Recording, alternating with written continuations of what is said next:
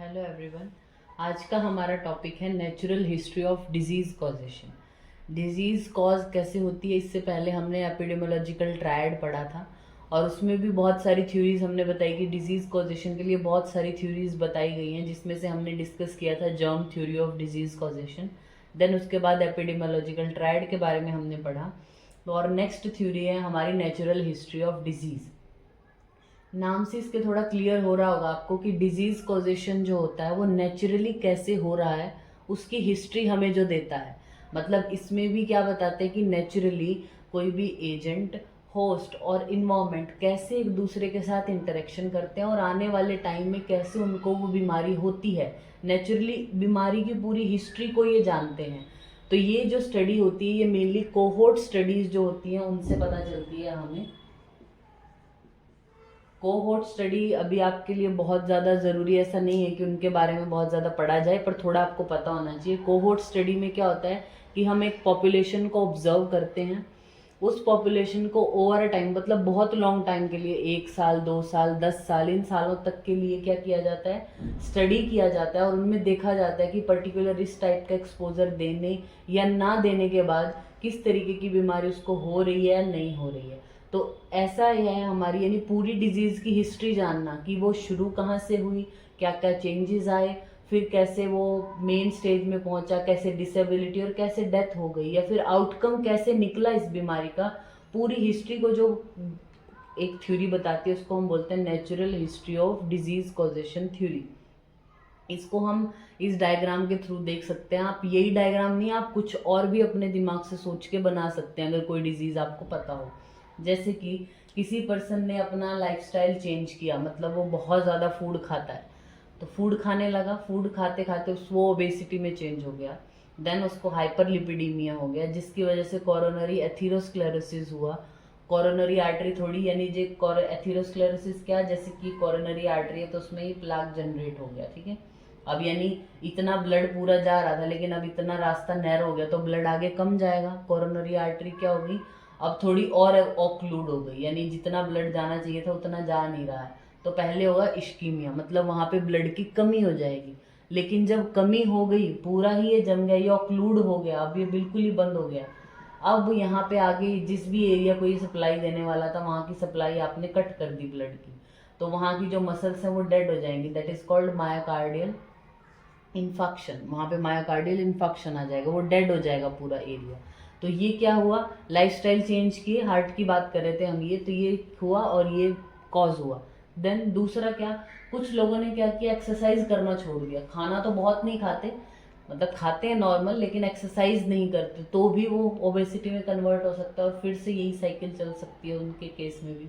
अब जो स्मोकिंग करते हैं, वो फूड ज़्यादा नहीं खा रहे, एक्सरसाइज भी ठीक है करते हैं थोड़ी बहुत, लेकिन स्मोकिंग उन्होंने अपने एक रूटीन में ला दी, तो स्मोकिंग की वजह से क्या हो सकता है, इंक्रीज कैटेकोलामिन थ्रोम्बोटिक टेंडेंसी, जिसकी वजह से कोरोनरी आर्टरी ऑक्लूड होगी, वो इश्कीमिया होगा और फिर इन्फेक्शन हो जाएगा आने वाले टाइम में। ये ऐसा नहीं है कि आज स्मोकिंग शुरू की और कल ही हार्ट अटैक आ जाए किसी को, ऐसा नहीं होता।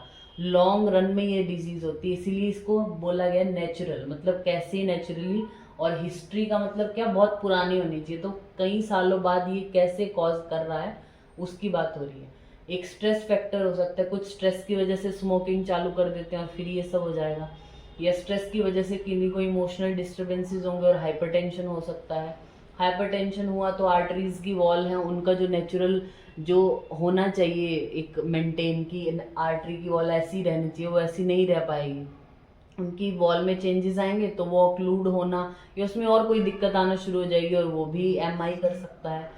या स्मोकिंग की वजह से भी हाइपरटेंशन हो सकता है, या फिर एजिंग फैक्टर भी एक हो सकता है कि उसको हाइपरटेंशन हो। हाइपरटेंशन ना भी हुआ तो एजिंग की वजह से क्या, हर चीज़ का क्षय हो रहा है ना वृद्धावस्था में, तो ऐसे ही आर्टरीज की जो वॉल है उनमें भी चेंजेस आएंगे एजिंग की वजह से, तो भी उसको ये प्रॉब्लम हो सकती है। तो यानी बहुत सारे फैक्टर हैं जो लॉन्ग रन में जाके ये प्रॉब्लम कॉज कर सकते हैं।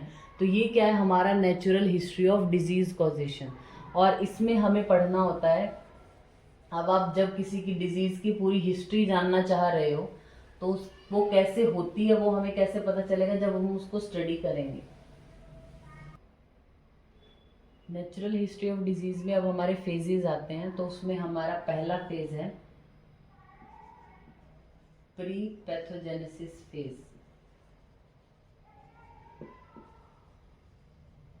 और दूसरा फेज हमारा क्या होता है, पैथोजेनेसिस फेज। जब भी हम बात कर रहे हैं पैथोजेनेसिस और नॉन प्री पैथोजेनेसिस और पैथोजेनेसिस फेज की, तो ये दोनों के लिए है, जो इन्फेक्शियस डिजीज है उनके लिए भी और नॉन इन्फेक्शियस है उनके लिए भी, ठीक है। प्री पैथोजेनेसिस में क्या हुआ, मतलब जो मेन डिजीज पैथोलॉजी है, जैसे कि किसी को अगर मायोकार्डियल इन्फेक्शन हुआ है, मतलब कि वो जो मसल्स हैं उसकी कार्डियक मसल है वो डेड हो गई हैं किसी एक स्पेसिफिक एरिया की, यानी उनको ब्लड सप्लाई बंद हुई थी। तो आज सी तो नहीं हुई होगी, जैसे हमने अभी पीछे वाले जो हमारा डायग्राम था उसमें पढ़ा, ओबेसिटी हुई होगी, एथेरोस्क्लेरोसिस हुआ होगा, थोड़ी ऑक्लूड हुई होगी, देन उसको प्रॉब्लम हुई होगी। तो क्या, जब हमारे पास मतलब जो डिजीज कॉजिंग एजेंट है, एजेंट अभी मेन आया नहीं है बॉडी में, लेकिन जो मैन है, होस्ट के जो डिजीज होने में हेल्पफुल है चीज़ें, वो इन्वायरमेंट में ऑलरेडी प्रेजेंट हैं।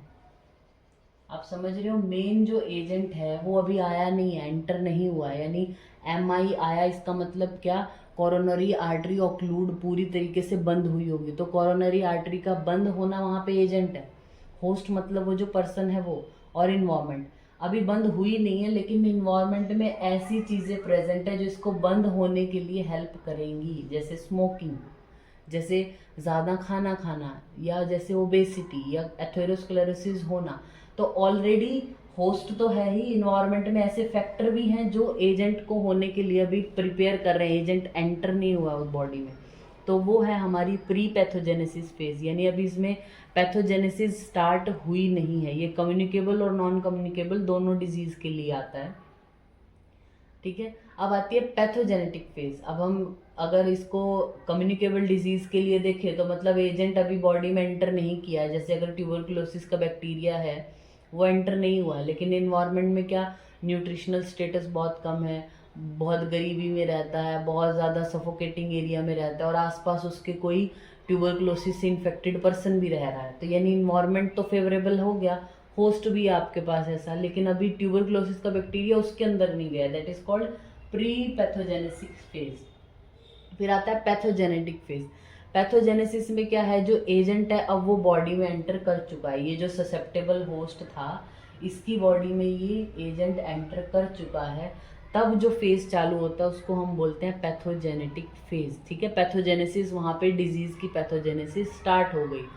प्री, अब इसमें पैथोजेनेसिस में भी क्या होगा, एक तो अर्ली स्टेज होती है, मतलब अभी पैथोजेनेसिस स्टार्ट होगी लेकिन सिम्टम आना चालू नहीं हुआ। अगर हम बात करें क्रॉनिक डिजीजेस, जैसे कि हम MI की बात कर रहे थे यहाँ पे, कॉरोनरी हार्ट डिजीज जो है, हाइपरटेंशन है, या कैंसर होना है किसी का, बहुत क्रॉनिक बीमारियां हैं, तो उसमें एक तो होती है प्री सिम्टोमेटिक स्टेज और एक सिम्टोमेटिक स्टेज होती है, मतलब पैथोजेनेसिस चालू हो गई है ऑलरेडी बॉडी में लेकिन अभी सिम्टम डेवलप नहीं हुए हैं, तो वो प्री सिम्टोमेटिक स्टेज आती है, और एक सिम्टोमेटिक स्टेज जब क्लिनिकल फीचर सारे डेवलप हो गए हैं।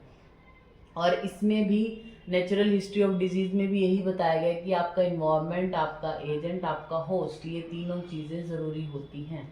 तो अगर आपको एग्ज़ाम में डायरेक्ट ऐसा आ गया, वैसे तो नहीं आता इस तरीके का क्वेश्चन कि डिजीज़ कॉजेशन की थ्योरीज़ के बारे में बताओ, लेकिन अगर आता है आपको एक स्पेसिफिक थ्योरी के बारे में, मतलब natural history of disease causation ऐसे आया, तो आपको पहले लिखना है डेफिनेशन उसकी, फिर वो फ्लो डायग्राम जो हमने बनाया कि कैसे हम एक डिजीज़ को स्टडी कर सकते हैं ओवर अ टाइम, वो पैथोजेनेसिस फेज क्या, प्री पैथोजेनेसिस क्या, वो, और फिर एजेंट, इन्वायरमेंट और होस्ट फैक्टर, ये भी लिख सकते हो अगर ज़्यादा मार्क्स के लिए आता है तो। जब एपिडेमियोलॉजिकल ट्रायड आएगा उसमें भी आपको ये तीनों के बारे में एक्सप्लेन करना है, जो हम इससे पहले वाली वीडियो में कर चुके हैं ऑलरेडी, ठीक है। तो ये हमारा टॉपिक हो गया natural history of disease causation theory. Thank you.